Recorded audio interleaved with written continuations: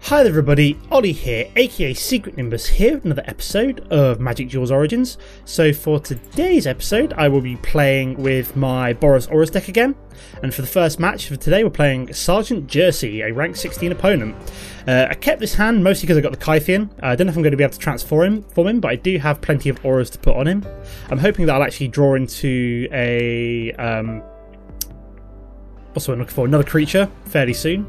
We'll drop down Boros Guildgate first just to get it out of the way, and then we'll drop Kythian next turn.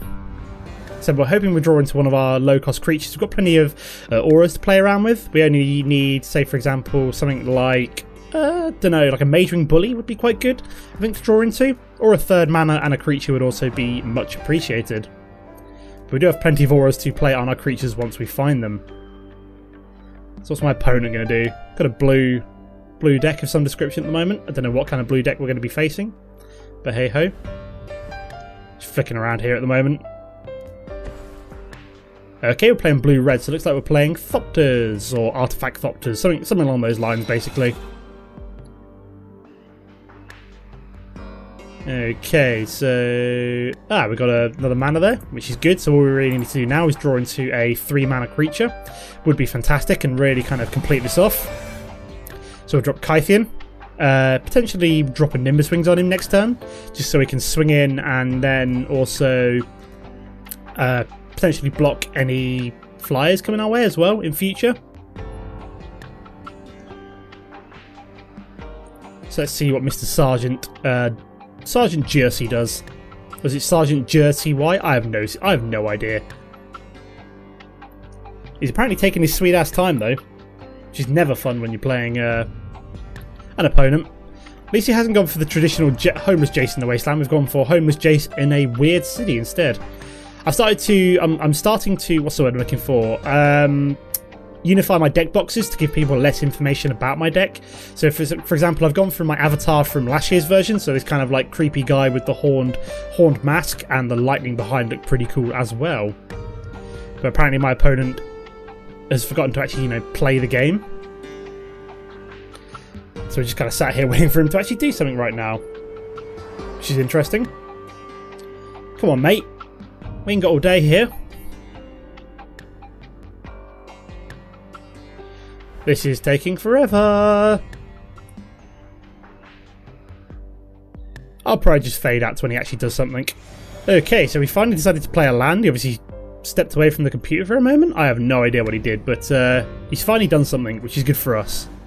Let's get on with things. Oh, excellent. We've managed to find the Flaring Flamekin. So do I play that this turn and then potentially 2 Nimbus Wings next turn? I think that might be the best idea. So I skip attack. So I want to get this down and aura it up with the Nimbus Wings just so I can actually, start swinging for some pretty significant damage with it. Would be quite nice. Could also potentially drop just a Divine Favour on Kythian. So save a Nimbus Wings for a creature which could utilise it slightly better. We do have a Thopter Engineer that's just come down as well. So we are definitely playing artifacts here. Wonder if he's going to attack. I'm assuming he might with the Thopter. Nope, he did not. Okay, so at least the guy's actually playing the game now, which is good for us. Ooh, very nice. We've even found an Inferno Fist, but let's drop Nimbus Wings on you. And then swing with the 5/6, because I'm pushing through at least 4 damage here. So now we can actually make that 5 damage. Oops, a daisy. Always helps if it allow me to select my Flaring Flamekin. There we go. So we're just going to pump it up to a 6/6. So if he loses the Thopter, he's not looking good. I like the fact this also gets trample whenever it's enchanted as well. So we've pushed through 6 damage there, which is nice for us.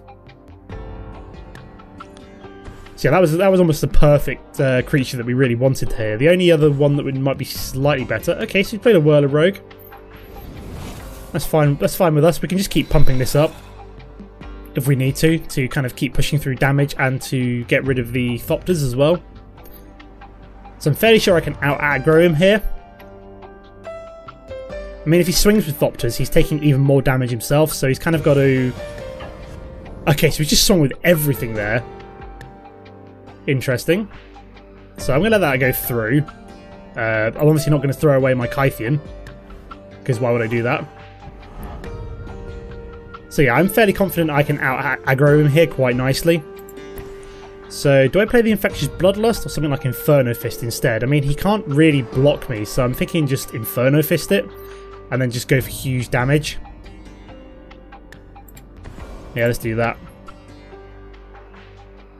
I might also Nimbus Wings Kythian there, just so I can actually block anything in the air. So we'll push through. So we've got lethal in 2 turns at the moment. And then we'll just Nimbus Wings up Kythian, because we're not finding the creature that we need, so we may as well just boost you up. Use you as a blocker against any flyers. I doubt I'm going to flip you before the end of the game, so it's not the end of the world. Can also use you as an extra attacker as well if we need to. Whack like a Grasp of the Hieromancer on him or something. Okay, so I'm about to lose my... Oh, craptastic. I'm about to lose... People started putting Willbreaker in decks, and it's kind of makes me sad. Oh god, I'm totally screwed now. So he's just stolen my... and he's actually just stolen both my creatures, so that is a loss. I'd completely forgotten that Willbreaker was even a thing in Thopter decks. It seems to be an interesting twist that people are going for lately. Put a Willbreaker in there, and then you can actually steal people's creatures away with the Whirler Rogue. So yeah, I am totally owned here. Totally owned. Unless I get something which I can put an Infectious Bloodlust on, I'm dead, basically. Which is not beyond the realms of possibility. I could find something like... I don't know... could find something good. Could draw into a creature like a... What's the word I'm looking for? A Skyhunter Skirmisher. Oh, no! But I can't win! No, because I can't put Infectious Bloodlust on it as well. Oh, no. Well, I'm screwed. Okay, that's concede. I'll see you in a sec for game number 2, guys. Okay, guys, so here we are for game number 2. After a quick realisation, I realised my being greedy with the... putting the Nimbus Wings on the Kythian was actually really stupid, because if I'd left that mana open, what I could have done is actually dropped off the Inferno Fist and actually killed the Whirler Rogue before it could have even... I'm actually going to drop the Mountain here. Yeah, I could have actually nuked the Whirler Rogue before he would have actually been able to tap down the creatures and steal mine. So in hindsight, that Nimbus Wingsing the Kythian was a really bad idea, and I'm sorry for that.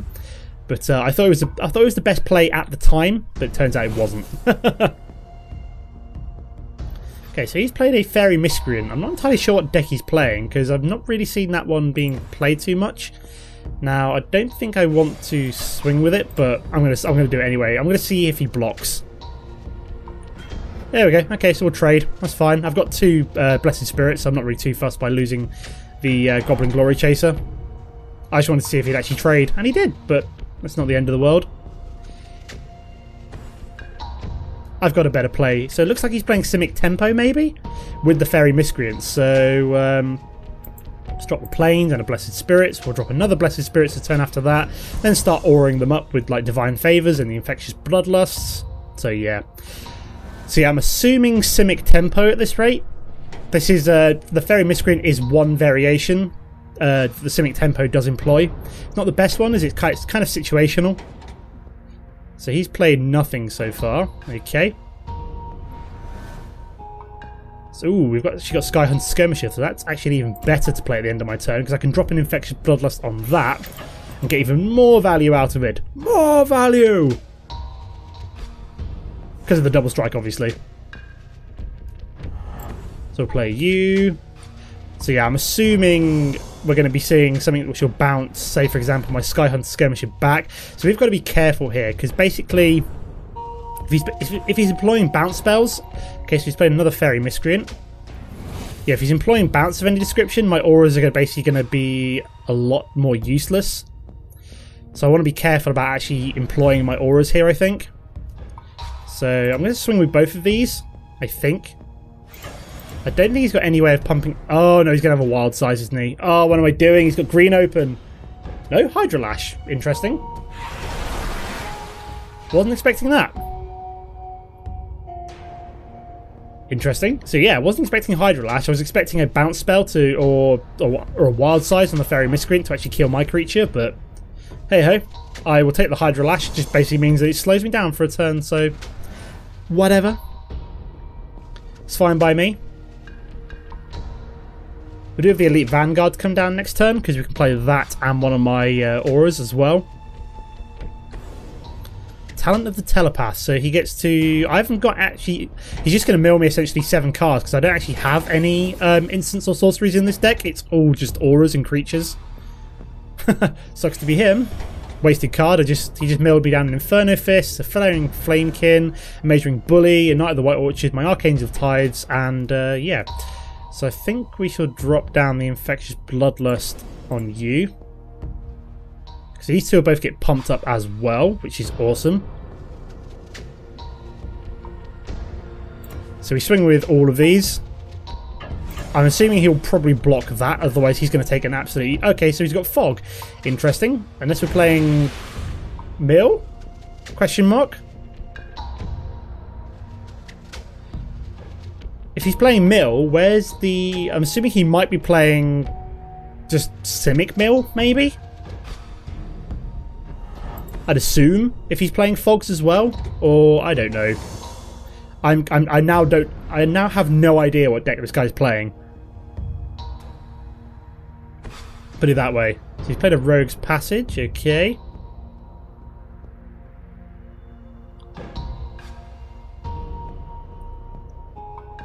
So what else is he playing? Displacement Wave, okay, so 3, so that just displaces everything, I think? Yeah, it does displace everything. And he just replays the Fairy Miscreant, so that's a really weird thing to do. I think he's just trying to slow me down, as he's almost drawn out now. He's only got 1 card left in hand, and we're looking in a pretty good position here, so I want to drop you down. 1, 2, 3, 4, 5, 6, 7... Okay, I've got way too many cards here, so I'll probably just drop one of the Infectious Bloodlusts. There we go. And we'll start again. We'll just keep playing everything out. So I think next turn we'll probably play out, I don't know, Blessed Spirits or Erosis Champion. Either or, doesn't really matter too much. And he's playing Guardian of Meletis, so 0-6 Defender. Well, that doesn't bother me too much as we've got lots of flyers. And he gets to draw 2 cards with the Artificer's Epiphany. So I'm assuming he was holding on to that. And he's got Foundry of the Consoles as well. So I have no idea what deck this guy's even playing anymore. I'm just completely confused.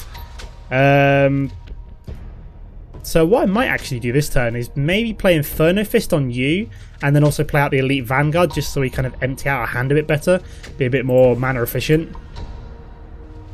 Because obviously I've got the first strike on this creature, so that's pretty cool. I could have almost Inferno Fisted you, might have been a good idea. So he's just going to block it, which we kill. And then I think we just play out the Elite Vanguard. There we go. Very nice.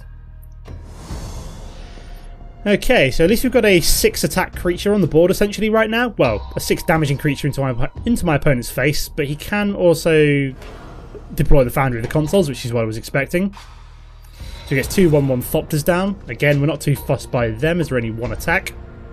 I don't know what card that is. Excellent, we've even found ourselves a 4th mana, so we'll swing in with the 3-1. Assuming he'll just block with one of the Thopters to stop that much damage going through.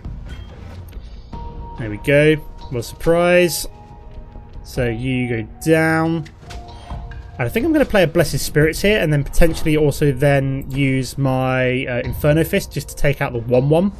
Possibly at the end of my turn, just so to see what he does, see if he's greedy or not.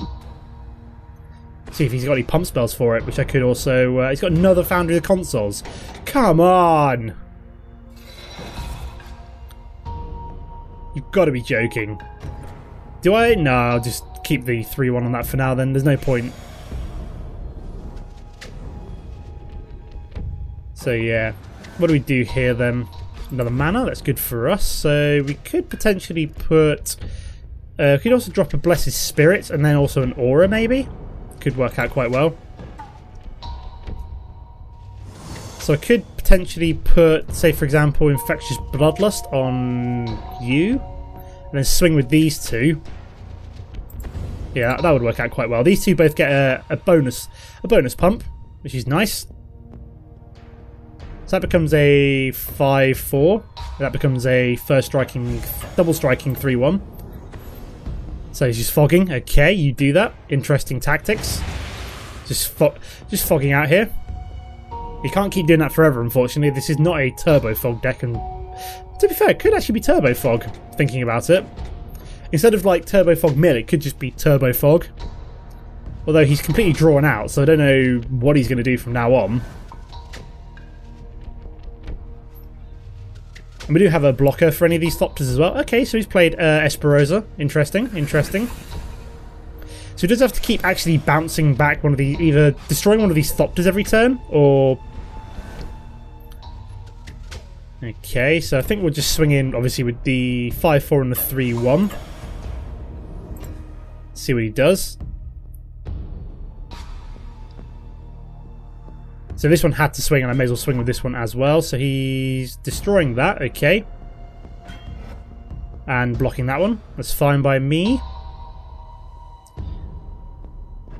So that one dies, as does the Esperosa. Yes, I would like to find another Infectious Bloodlust, thank you very much. Would be nice. And I think we'll play out Aroas' champion here, and then potentially a Majoring Bully. Just keep up the aggression.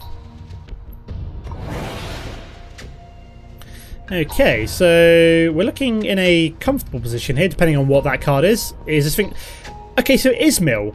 He's obviously just couldn't find the Sphinx's tutelage, but he's got hardly any way of taking advantage of that. It's Simic Mill. It's not Sultai Mill, it's Simic Mill. Okay, so do I put Infectious Bloodlust on the 2-2 double striker? I think I probably do. That goes up to a 4-4, that goes up to a 3-3. And then we swing for like huge damage here. So you and you're all attacking. Let's see what he does. He can only block 3 creatures here. So he's blocked that one and that one, but he's still going to take a huge chunk of damage, so that's going to die. So we push through 3 damage this turn, but leave him with bugger and all, basically. There we go. So we've completely wiped out his board finally, and we've basically got lethal on the board now. So yeah, let's play out you. Why the hell not? We're being greedy, but I don't. If he hasn't got Languish, then I'm not really too fussed. I lose 2, possibly 4 cards here, I'd assume. 4 cards, yeah, that's fine. And he's been replaced by the AI because he's obviously got nothing. So he mills me down a little bit more.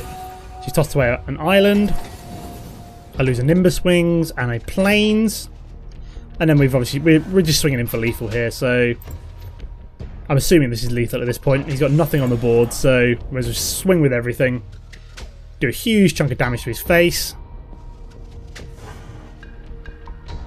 There we go. So at least we won that one. That's pretty satisfying. Okay, that was a fairly long duel, that one, so I'll probably leave the episode here for now. So, as always, guys, don't forget to comment and like if you enjoyed the episode, and I'll see you next time. Goodbye.